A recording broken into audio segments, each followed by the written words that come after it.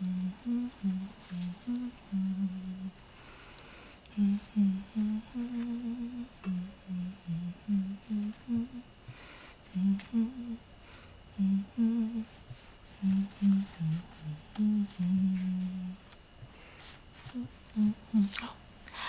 olá, olá, minha querida, que prazer recebê-la finalmente na minha humilde casa.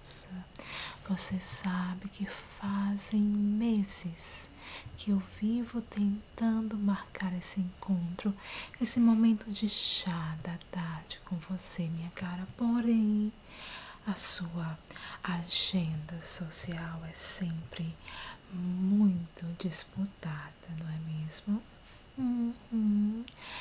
Well. É de se esperar, já que você é filha do barão de Greenleaf e todos nós sabemos que ele é que coordena os bancos de Londres. E digamos que a sociedade aristocrática está no momento, num período de crise monetária. As pessoas estão querendo encontrar algum meio de sobreviver à crise, não é mesmo? E às vezes um empréstimo vem a calhar.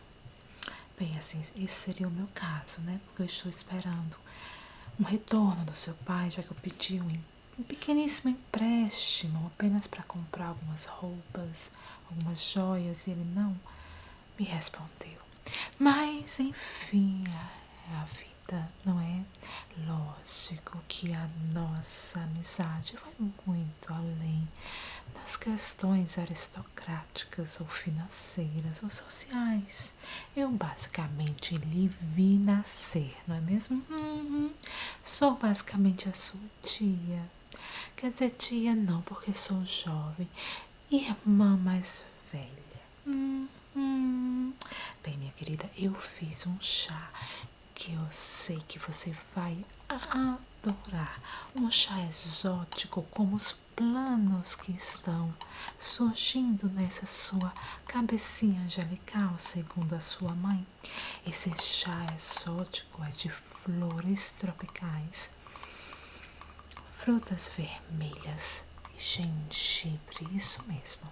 É um chá com uma flor que vem direto dos trópicos, o hibisco, frutas vermelhas, os bosques da Alemanha e, lógico, o gengibre que vem direto do mundo encantado das especiarias indianas. Ele vai aquecer o seu coração e acalmar a sua mente, além de ser um excelente diurético. E eu soube que você vai encontrar semana que vem com vários pretendentes. E um bom chá diurético vai fazer com que você tenha aquela aparência lânguida, magérrima, parecendo um paciente de tuberculose que está na última moda. Então eu vou colocar o chazinho para você. Você quer um pouquinho de chá? Você gostaria do seu chá com ou sem açúcar? Sem, com açúcar. Tá. Ai, eu também adoro um chazinho com açúcar, sabe? Ai, as pessoas dizem, ai, chá com açúcar faz mal. Faz nada, criatura. Quem já viu?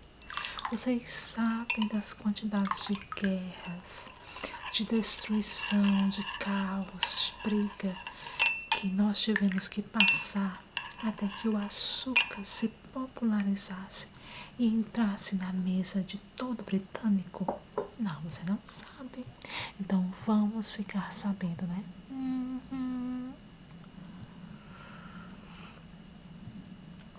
Ai, que delícia. É um chá realmente gostoso, sabe?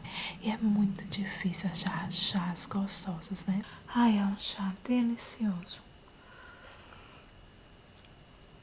Eu gosto do azedinho, do hibisco, das frutas vermelhas e aquele ardidinho do hibisco, né? Não do hibisco, não, do gengibre.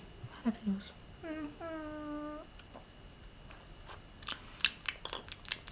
Uma delícia.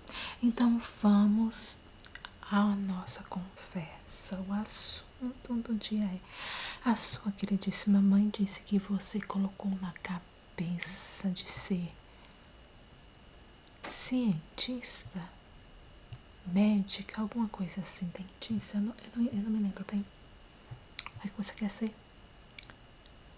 Enfermeira. Bem, é realmente uma profissão um pouco complexa, né? Bem, minha querida, até pouquíssimo tempo, as enfermeiras, digamos assim, mais dignas, geralmente eram as mulheres que faziam parte de ordens religiosas. Você tem essa ideia de casas de misericórdias e hospitais foram desenvolvidos pela igreja e geralmente eram mantidos pela igreja. Quem trabalhava ajudando os pacientes geralmente eram padres e freiras. Então, para alguém que não tem nenhum tipo de chamado à vida religiosa, a questão de trabalhar com enfermagem era bem complicado, tá? Bem, mas isso me faz lembrar uma jovem chamada Florence. Pois é, Florence. Ela vai mudar a concepção de enfermagem no mundo inteiro. Pois é, a Florence nasceu em Florença, Firenze, Florence, Itália. Filha de uma família assim como a sua, proeminente, rica, aristocrática e britânica. Florence nasceu em 1820. E a família dela tinha muitos planos para ela, né? Porém, quando ela tinha 17 anos, ela conta aos seus pais que tinha recebido um chamado quase divino, um chamado ao serviço. E qual serviço seria esse? O cuidado dos pobres e dos doentes. Mas ela não queria ser uma religiosa. Ela queria trabalhar de um modo mais profissional e científico na ajuda às pessoas que convalesciam de diversas doenças. Obviamente, os pais, assim como os seus pais, piraram na batatinha. Os pais disseram que, ai, pra que isso? Florence, você tem que casar com alguém da alta sociedade britânica, ou pelo menos da realeza ou aristocracia italiana. Por favor, não faça isso. Mas a Florence persistiu em seus estudos. Ela estudava relatórios médicos, livros médicos sozinha. Até que com 31 anos de idade, ela vai estudar numa escola de enfermagem da Alemanha. E lá ela se destaca como uma excelente aluna, uma menina realmente que tinha o dom de cuidar, mas também o dom do conhecimento científico. Ela, digamos assim, ela via a enfermagem com olhos de uma verdadeira matemática, uma pessoa que trabalha com estatística, uma forma muito pontual, muito metódica e muito eficiente. Logo, ela ganhou a admiração de muitas pessoas, mas lógico que quando uma mulher se destaca, não vai ganhar apenas admiração, não é mesmo? Ela vai ganhar também o quê? Inimigos. Principalmente inimigos do establishment, né, do patriarcado, ou das pessoas que não gostam de mudança, né, gostam apenas de continuar o mesmo status quo. Pois é. Então Florence continua seus estudos, arranja um primeiro emprego em Londres. Ai, ela era tão metódica e tão correta em seu trabalho que ganhou muitos e muitos inimigos. Pois é, ai, aquela coisinha chata, sabe? Ai, gente, a pessoa que trabalha, aqueles colegas de trabalho insuportáveis, que ficam te criticando. Ai, os médicos, então, odiavam. Mas você tem que entender o contexto da época. Porque a enfermagem não era bem uma ciência, não era bem uma profissão estabelecida. E até a medicina estava apenas em seus primeiros passos enquanto ciência. A ciência médica como um todo, do tratamento de doentes, estava começando a entender a influência do ambiente, de detalhes microscópicos que poderiam influenciar nos pacientes. A maioria das pessoas ia para o hospital, infelizmente, para morrer. Pois é, por isso que eram casas de misericórdia ou hospice, que é basicamente onde você vai para um tratamento paliativo. Às vezes iam e acabavam com uma infecção ainda pior. O que matava as pessoas realmente era a infecção. E isso vai ser evidente durante a Guerra da Crimeia. A Guerra da Crimeia foi uma guerra horrível. Era uma guerra entre o Império Russo e a Aliança. Muitos e muitos e muitos e muitos soldados morreram. Cerca de 500.000 soldados.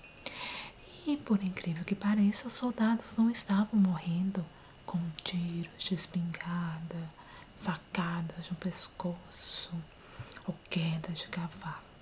Não, geralmente eles estavam morrendo de infecção que se agravava no ambiente hospitalar. Quando a guerra estava lá no seu ápice, enfermeiras de Londres foram convidadas a trabalhar em hospitais militares, hospitais de campanha na Turquia, ajudando então o exército britânico. E 38 mulheres muito corajosas decidiram ir, e entre elas, isso mesmo, Florence Nightingale. Ela decidiu ir, colocar a cara a tapa e salvar vidas. Quando ela chega naquele ambiente de hospital de campanha, aquela bagunça, aquele caos, aquela mundiça, ela diz: aqui não violão. Ela se junta com as outras enfermeiras e começa a estabelecer métodos de tratamento, de triagem, de limpeza, trabalhando a dieta, o que os pacientes estavam comendo, entendeu? O saneamento básico da área de tratamento. Ela foi perceber tudo isso e os médicos estavam assim, com um pezinho atrás, mas quando eles começaram a ver que tinha lógica, alguns deles começaram a apoiar a nossa querida Florence Nightingale. Mas é lógico que tem olha, homem é difícil de convencer, né? Homem é difícil. Aí a Florence, que era uma matemática exemplar, ela decidiu então criar gráficos, porque às vezes as pessoas só entendem se a gente desenhar. Ela criou um gráfico chamado o gráfico da rosa, para mostrar de forma interativa como as mudanças no meio hospitalar beneficiavam os pacientes. Então ela pegou vários dados, fez os cálculos, criou o gráfico da rosa e demonstrou aos médicos e a toda a equipe médica dos hospitais de campanha britânicos na Turquia. O que acontece? Eles finalmente se convencem. A taxa de mortalidade, que era de 42%, diminui para 2% em questões de meses. E quais são, digamos assim, quais foram as decisões de Florence Nightingale, as ideias dela? Bem, ela teve a ideia de manter o ambiente hospitalar limpo. Uma das frases dela era que O ambiente hospitalar tinha que, no mínimo, não fazer mal ao doente. Então, o ambiente hospitalar tinha que ser propício à cura, entendeu? Ao tratamento, ser limpo, bem cuidado. Então, ela praticava limpeza. Ela também praticou triagem, dividir os pacientes por enfermidade ou complexidade. Isso as pessoas não faziam, acredita? Então, dividindo os pacientes, ela conseguiu melhorar, digamos assim, a resposta. Melhorar a resposta dos médicos aos doentes, né? Além do mais, também ela começou a tratar com questões de alimentação, ar fresco, exposição à luz solar, tudo isso que são métodos quase que gratuitos tiveram um impacto extraordinário. Bem, quando os dados apareceram que ela tinha diminuído de 42% para 2%, o governo britânico teve que intervir e mandou uma equipe para estudar as ações de Florence Nightingale lá nesse hospital de campanha. A guerra acaba, Florence volta para Londres e quando chegou em Londres, infelizmente ela adoece e vai continuar o resto da sua vida trabalhando em prol da enfermagem, porém de sua casa. Quando ela tinha 40 anos, ela nasce em 1820, em 1860, ela cria o Nightingale Training School. Ela cria um programa de treinamento para enfermeiras. Basicamente, o primeiro curso baseado em método científico e em profissionalismo para enfermagem. Pois é, tá vendo que coisa incrível? Ela cria esse curso e acaba que ela continua através de cartas, de relatórios, influenciando a comunidade médica e propondo mudanças nos hospitais. Ela foi a primeira a propor digamos assim, um approach ambientalista, mostrando que o ambiente influencia na cura do doente. Então ela propunha limpeza, ar fresco, água fresca, luz solar e alimentação correta. Revolucionário, né? Apesar que as pessoas lutaram tanto no princípio contra isso, mas é assim. Quando tem que haver mudanças do status quo, as pessoas lutam contra, sabe? Vocês sabiam que foi um escândalo quando começaram a propor que médicos lavassem as mãos antes da cirurgia? Pois é, foi um escândalo. Hoje em dia, imagine um médico fazer uma cirurgia sem lavar a mão, ou mesmo sem luvas, né? Foi incrível. E Florence Nightingale foi a primeira mulher a receber a Ordem do Mérito, entre outros e outros prêmios que ela recebeu ao decorrer da sua vida.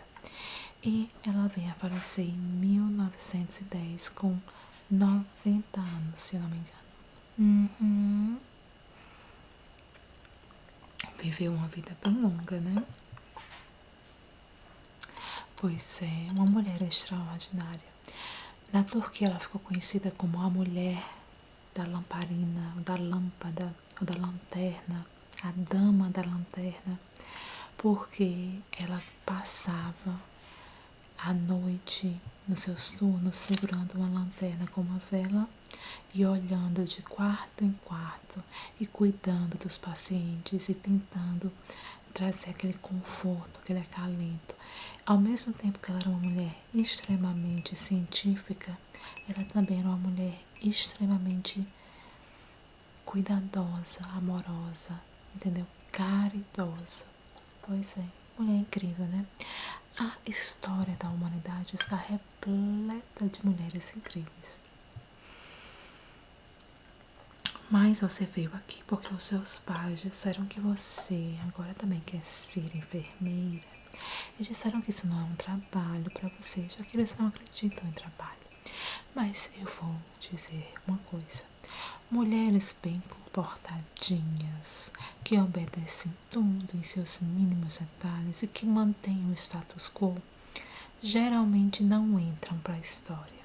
As mulheres que entram para a história são as mulheres que decidem mudar a sua realidade, lutar pelos seus sonhos, provar o impossível. E se por acaso, é lógico que isso vai me complicar com seus pais, vai, provavelmente o seu pai não vai me dar o empréstimo que eu preciso. Porém, se você realmente acha que tem um chamado para o cuidado, para a caridade, mas também para a ciência, você deve se entregar à enfermagem. Que profissão bonita! Uma profissão que cuida diretamente dos pacientes, que toca os pacientes, que passa tempo com os pacientes. Uma profissão que realmente é o fundamento da medicina moderna. Tanto os enfermeiros quanto os assistentes de enfermagem, pessoas magníficas. Bem, e se seu pai não quiser, né, façamos o quê, né? Ele vai sobreviver. Talvez ele é tão rico, mas tão rico. O seu pai deveria abrir até um hospital público para cuidar dos doentes, né? Por que não? Se você fosse um filho homem e quisesse ser médico, todos estavam apoiando. Eu não entendo por que só porque você é uma dama da sociedade não pode ser uma enfermeira.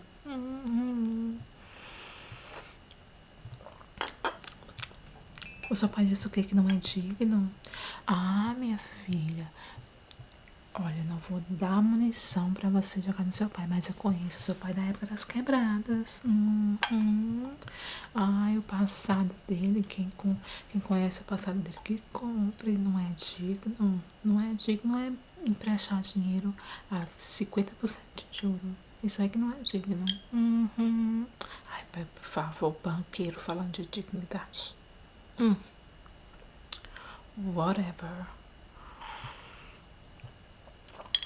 Pois é, minha querida, eu acho que você deve seguir o seu chamado, porque vai que seu chamado muda o mundo.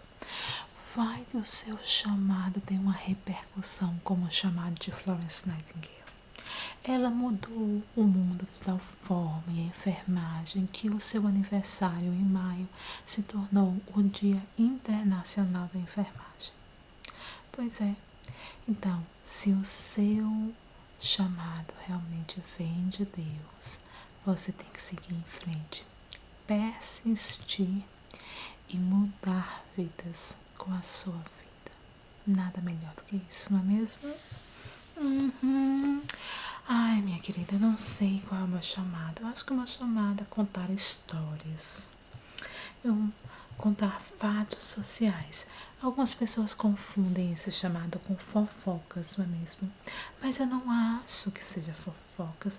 É apenas assim, um momento de descontração. Um momento onde eu conto um pouquinho dos detalhes da vida socioeconômica dos outros, entendeu? Detalhes íntimos que não convém aos outros saberem. Mas que nós todos temos curiosidade, não é mesmo? É apenas um comentário social, porque eu detesto fofoca.